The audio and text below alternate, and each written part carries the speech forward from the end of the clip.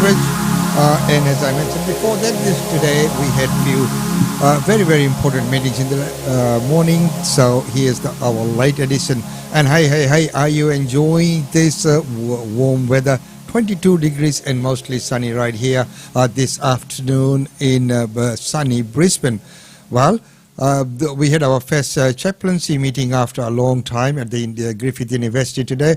It had University of Southern Queensland, QUT, University of Queensland, and all chaplains of all universities getting together to meet in person today. So that was wonderful to see that happening once again, and of course happening in person.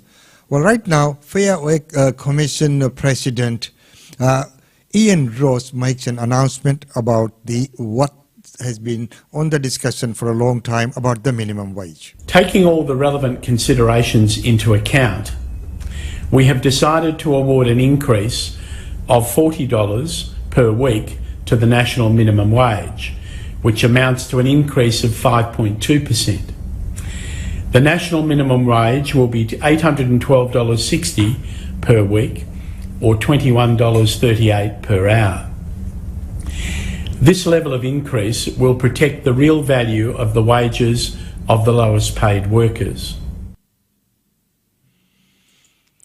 So there you are, you had it first here on Australian Indian Radio, but what does it actually mean for many people within the industry? Say if we look at call centres. 22-year-old Harvey Ferguson Watts lives with his mum in Melbourne, but as a minimum wage call centre worker, he's still struggling to make ends meet. We don't ever use the heating, we just rug up at night, try to save cost on that. A survey has found 1 in 2 call centre workers is living paycheck to paycheck like Harvey. Well, I've got mates that were in the office that now have to work from home because they can't afford the $10 a day for public transport. The vast majority of workers that we surveyed are feeling worse off than they were a year ago. The Australian Services Union surveyed admin and call centre workers and found more than 40% were struggling to make their wage stretch the distance. Just 7% were living comfortably on their income, and up to 30% said they struggle to afford basic expenses. Many are feeling forced to forego healthcare, they're skipping meals, and they're even selling possessions just to make ends meet. And the squeeze is being felt by lower wage workers across the board. Inflation has been outpacing wage growth for a year and a half, so the divide between the cost of living and what workers earn keeps growing. People say they're feeling the pinch in ways that they haven't before, leaving some to reach out to support services like Foodbank for the first time. With the colder weather, people are turning on their heaters, their energy bills are going through the roof, and they're having to make decisions like heating or eating, and most of them realise they have to pay the bills, so they're out of food. The ASU wants the Fair Work Commission to award a 5.5% pay increase to private sector administrative workers. The Australian Council of Social Service agrees. We'd like to see that the minimum wage increase is at least on par with inflation, so that for people who are on these low wages, the situation doesn't... So once again, it is a catch-66 situation in par with inflation. So, we keep the inflation going. We're looking at the interest rates, which is going up as well. Cost of everything, the transportation. So within the businesses, people are every day, have increased cost of running the businesses as well. Because the transportation costs, the printing industry, anything you take into account, any business, the cost of running the business is now increasing as well. So, the affordability factor also comes in. So, we are treading on a quite dangerous thin line as per this report. How does this 5.2% rise compare to expectations? Well, Karina, I think it is in line, if not higher, than expectations leading up to this point. So we know that it's a 5.2% increase for people who are on the minimum wage. Now, what that means in real terms is about a $40 a week pay rise. So people on the minimum wage who have been earning $772 a week will now be earning $812.60 a week from the 1st of July. And really, the key reason here is the changes in the economic economic landscape over the past 12 months. The President, Ian Ross, said multiple times there that it is low-paid workers who are most vulnerable to increases in inflation. So this time last year, when the Fair Work Commission was considering wage increases, inflation was at about 1.1%. Fast forward 12 months, it's now sitting at 5.1%, and it is due to peak at 7%. Ian Ross, the President, noting there that even if you're looking at basic items like groceries, staple foods, that has increased by 6.6% in the past 12 months. So that is really the key reason why there has been this pretty substantial increase in the minimum wage. It is now, as inflation stands, just above the 5.1% figure, so certainly matching, if not going slightly higher. I guess the concern is, Karina, forecasts are that inflation is only going to continue to rise, but this pay increase should help. It is worth noting that unions were pushing for a 5.5% increase. The federal government pushed for a 5.1% increase, so it's certainly on the higher end of the scale when you consider that business groups. Yes, it is on the higher end of the scale as we consider. Let's see what the union has to say on this. The union movement is really happy with this outcome. We think it's going to make a significant difference to the pressures that low-paid workers are under with cost of living rising. The union movement fought so hard for this increase across pretty heavy crosswinds. We also had to oppose what the employers were arguing for, which was very significant real wage cuts at a time when their profits are up 20% and productivity is up, as well as unemployment being low. So this decision is one that is reasonable and it's fair. Now, for the rest of the economy and for the rest of the working workforce, they don't know how much they're going to get. The other big driver of wage increases is collective bargaining. Collective bargaining in our country has fallen off a cliff. 12 years ago, it was nearly 30% of the workforce covered by collective agreements. It's plummeted to around 15% now. And it's like the engine room of wages growth is bargaining alongside what happens here with the annual wage review. And when that engine room has conked out, you're in a situation where we've got low wage increases that have been bedded in for a long period of time now. Well, that is what the union had to say, but what about the small businesses? Let's hear from them. This represents a very significant risk to the economy. It veers very much towards the upper end of the range of possible outcomes that we could have expected to have seen today. In particular, this adds very significant costs to the Australian economy and to business. By our calculations, this will add $7.9 billion in costs to the affected businesses over the year ahead. So that will be a very considerable burden that those businesses will either have to take to the bottom line or pass on to their customers. It comes at a time when inflation is emerging as one of the most urgent challenges facing the Australian economy. And if we are to address that, if we are to remain competitive, then clearly this is not a decision that will help in those circumstances. And couldn't agree more that yes, this decision will have vast implications. There will be many businesses which will just have to close their doors. And who are really managing to keep people employed, and they will not be able to do it. So it is something which will have a grave and long-lasting implication on many of the businesses. Well, right now, let's go over to some good news. Queensland government hands over title deeds for land in Craigie. So let's look at that joyous moment. We're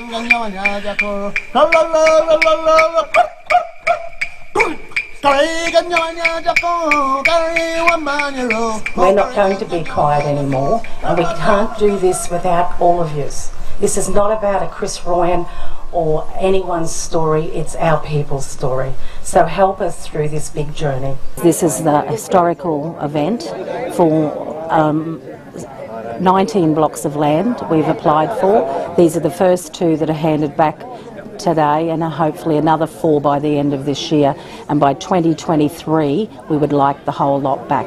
It's still surreal to me, the deeds I had to hold in my hand, like getting off the minister there, Judith, which was great. You know, like it was, I got the goosebumps all over me going, oh yeah, and so I had to sing out, yeah, you know.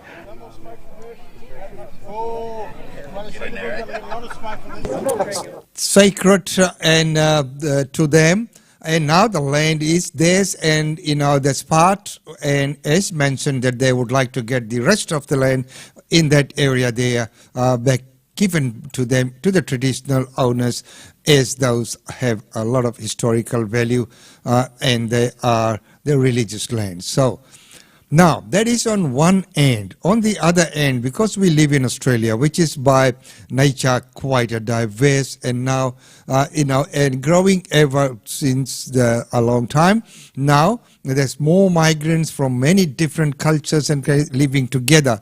So, but this is a clip that's coming out of Victoria, and there is an inquiry into the far-right extremism. Scenes like these at Melbourne's Shrine of Remembrance last year shocked Victorians. Far-right nationalists and conspiracy theorists hijacking a rally against mandatory vaccinations in the construction industry. It sparked an inquiry into far-right groups, which today heard extremism is on the rise in Victoria, spurred on by social media and the pandemic. There is no doubt also an element that is using those rallies to try to increase membership. Melbourne journalist Nick McKenzie spent months infiltrating neo-Nazi groups in Victoria. He says children are among their recruits. The biggest concern right now is the number of minors getting radicalised. I'm also talking about children as young as 10. He told the committee they were targeted through social media and more needed to be done to stop online radicalisation. I think our de-radicalisation programs aren't working in Victoria. Certainly talking to contacts across the law enforcement space, they're regarded as a bit of a joke. The groups are becoming more visible and vocal. Last year, a group of 30 men rallied at the Grampians in Western Victoria, chanting white power slogans. And the Jewish Community Council told the inquiry it's experienced a rise in anti-Semitic incidents in recent years. But some warned against being too heavy-handed in clamping down on extreme views. People still need to have freedom of expression, freedom of assembly, freedom to be exposed to ideas that some might regard as being noxious or offensive. The inquiry will continue tomorrow. Leanne Wong, ABC News, Melbourne. So the inquiry will continue, and as we know, there is that kind of sentiment out there within the community as well. So, the challenge for the government now is to, keep that balance and spread the word of goodwill and community within all communities, because we all form part of the fabric that is Australia. Well, ladies and gentlemen, right now it's time to go to our Daily India Report. Welcome to the Daily India Report that brings you reports, interviews, features and much more on India and the Indian diaspora.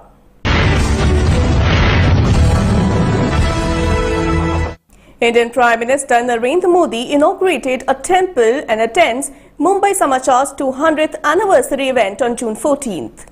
Indian Prime Minister Narendra Modi inaugurated a temple dedicated to the 17th century saint Tukaram Maharaj in Dehu near Pune city and unveiled the Gallery of Revolutionaries in Mumbai on June 14th. He was on a day-long visit to Maharashtra state. Modi also participated in Dveshatabdi Mahotsav of Mumbai Samachar, a newspaper that has been published continuously for 200 years. A prominent name in the Bhakti movement, Tukaram was a Varkari saint and poet. He was known for Abhanga, devotional poetry and community-oriented worship through spiritual songs known as Kirtans. He lived in Dehu near Pune. A Shila Mandir was built after his demise, but was not formally structured like a temple.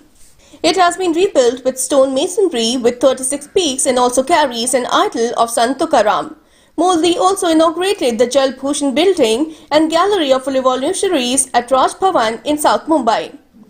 Jal Bhushan has been the official residence of the Governor of Maharashtra since 1885. Upon completion its lifespan, it was demolished and a new building was sanctioned in its place. The foundation stone for the new building was laid by President Ramnath Kovind in August 2019. All distinctive features of the old building have been preserved in the newly constructed structure.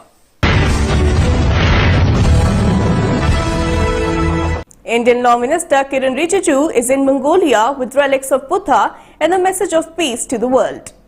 Indian Law Minister Kiren Rijiju arrived on June 13 and reached for an 11-day exposition of 4 holy relics of Lord Buddha from India. The relics were received at Ulaanbaatar International Airport by H.E. C.H. Nomin, Culture Minister of Mongolia, Sarong Chimeng, MP and Chairperson of India-Mongolia Friendship Group, advisor to the President of Mongolia, Khambanomun Khan, and a large number of monks, among other dignitaries. The relics will be displayed as a part of celebrations of Mongolian Buddha Purnima on June 14th, a move that the government has said will give a message of peace to the world. A video tweeted by Rijiju's office on 12 June showed the minister boarding an Indian Air Force plane from India accompanied by 25-member delegation. The relics were flown in a special IAF C-17 aircraft. Rijiju has visited Mongolia in the past and is seen and respected by the Buddhist leaders in Mongolia as a messenger of Buddhism from India. The relics were taken in the same climate-controlled case as has been kept presently at the National Museum. The minister said the main Buddha statue in the Ganden Monastery was gifted by Modi in 2015 to the people of Mongolia and it has been installed in 2018.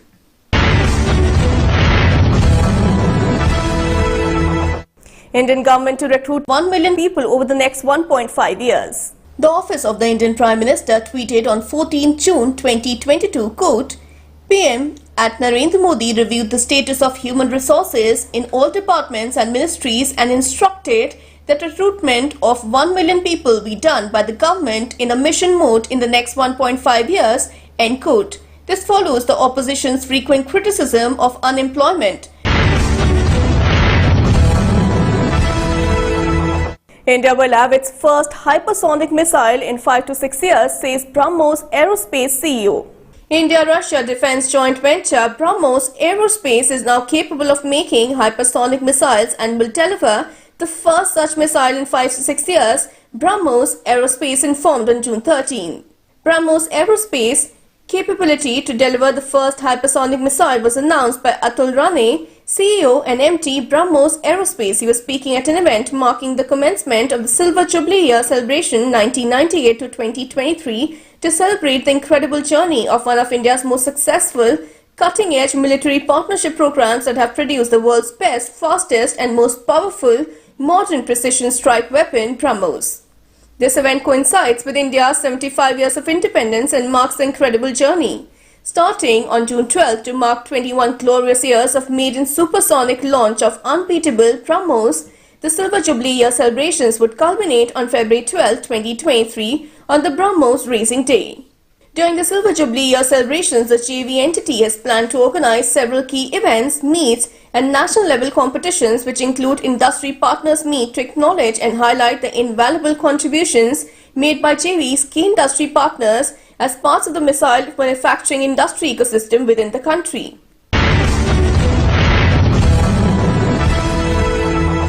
India fears a fourth wave of COVID as the country reports more than 8,000 COVID-19 cases and 10 more deaths.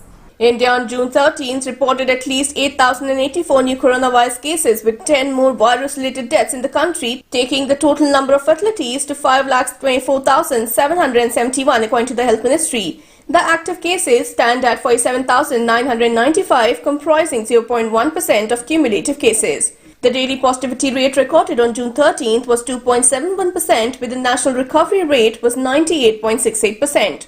Over 195 crore vaccine doses have so far been administered in the country. Mumbai has recorded a 1,000% increase in daily new COVID-19 cases since May 17th, triggering fears of a possible fourth wave in India's financial capital.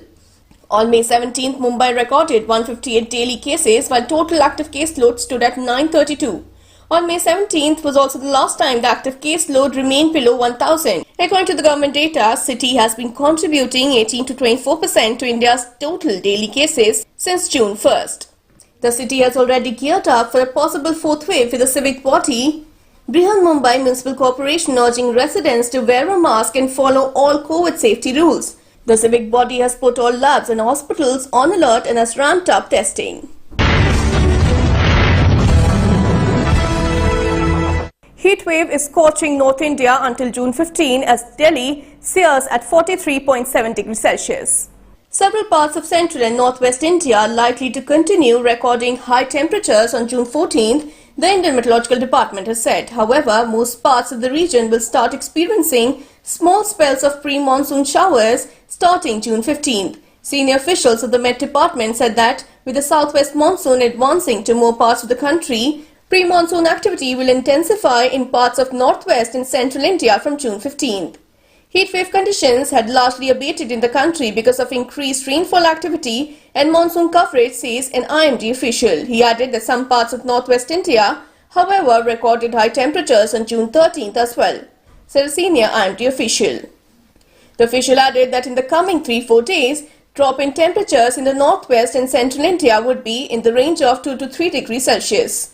According to IMD's recordings on June 11th, Patiala in Punjab, Chandigarh, Bhiwani, Rohtak and Hisar in Haryana, Ridge and Ayanagar in Delhi, Ganganagar, Churu and Pilani in Rajasthan recorded temperatures higher than 44 degrees Celsius. The current spell of intense rainfall is likely to continue over northeast India and sub-Himalayan West Bengal and Sikkim for the next 5 days.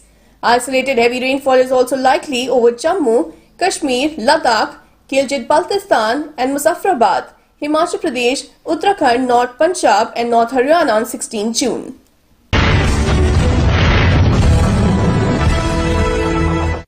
Great news for those planning to visit Kashmir, as the Indian Railway Catering and Tourism Corporation IRCTC has introduced an exciting Kashmir tour package.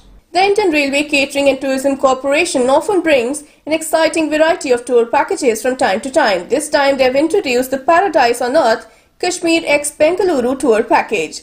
The luxurious and affordable tour package is offered by IRCTC under Azadi Ka Amrit Mahotsav and Dekho Apna Desh initiatives. Through this package, IRCTC is going to take you on a tour of beautiful plains of Kashmir at a package starting Rs 38,310 per person.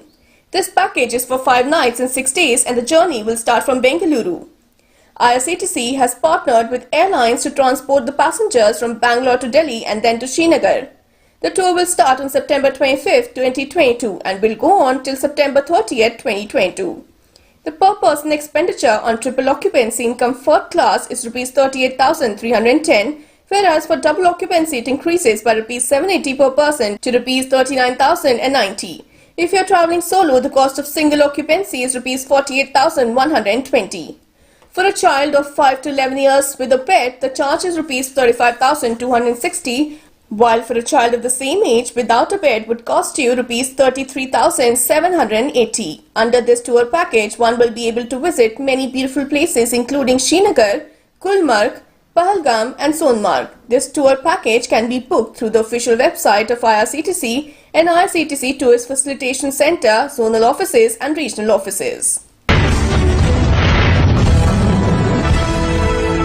Bollywood veteran star Kamal Hassan's starer Vikram makes Rs 200 crores at the box office in India. Vikram earned a massive Rs 46 crore approximately over its second weekend at the Indian box office, which took its total to date at Rs 210 crores, crossing the double 100 mark on June 12th. The drop in the second weekend from the opening weekend was just 55%, which is an excellent hold for South Indian box office standards. Vikram is now the third highest grossing movie in the history of Bollywood in India, only behind 2.2, Rs 508 crores, and Enthiran, Rs 218 crores, which is likely to catch 2.2 since that film had a huge contribution from Hindi and Telugu versions. The film will, however, take record for the biggest movie in Tamil language, the record currently held by Bigil, Rs 184 crores, with Vikram current figure being Rs 179 crores.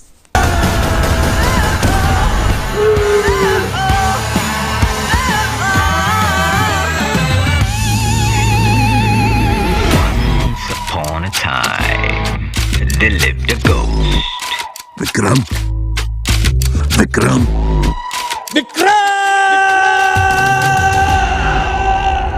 That's all in today's bulletin.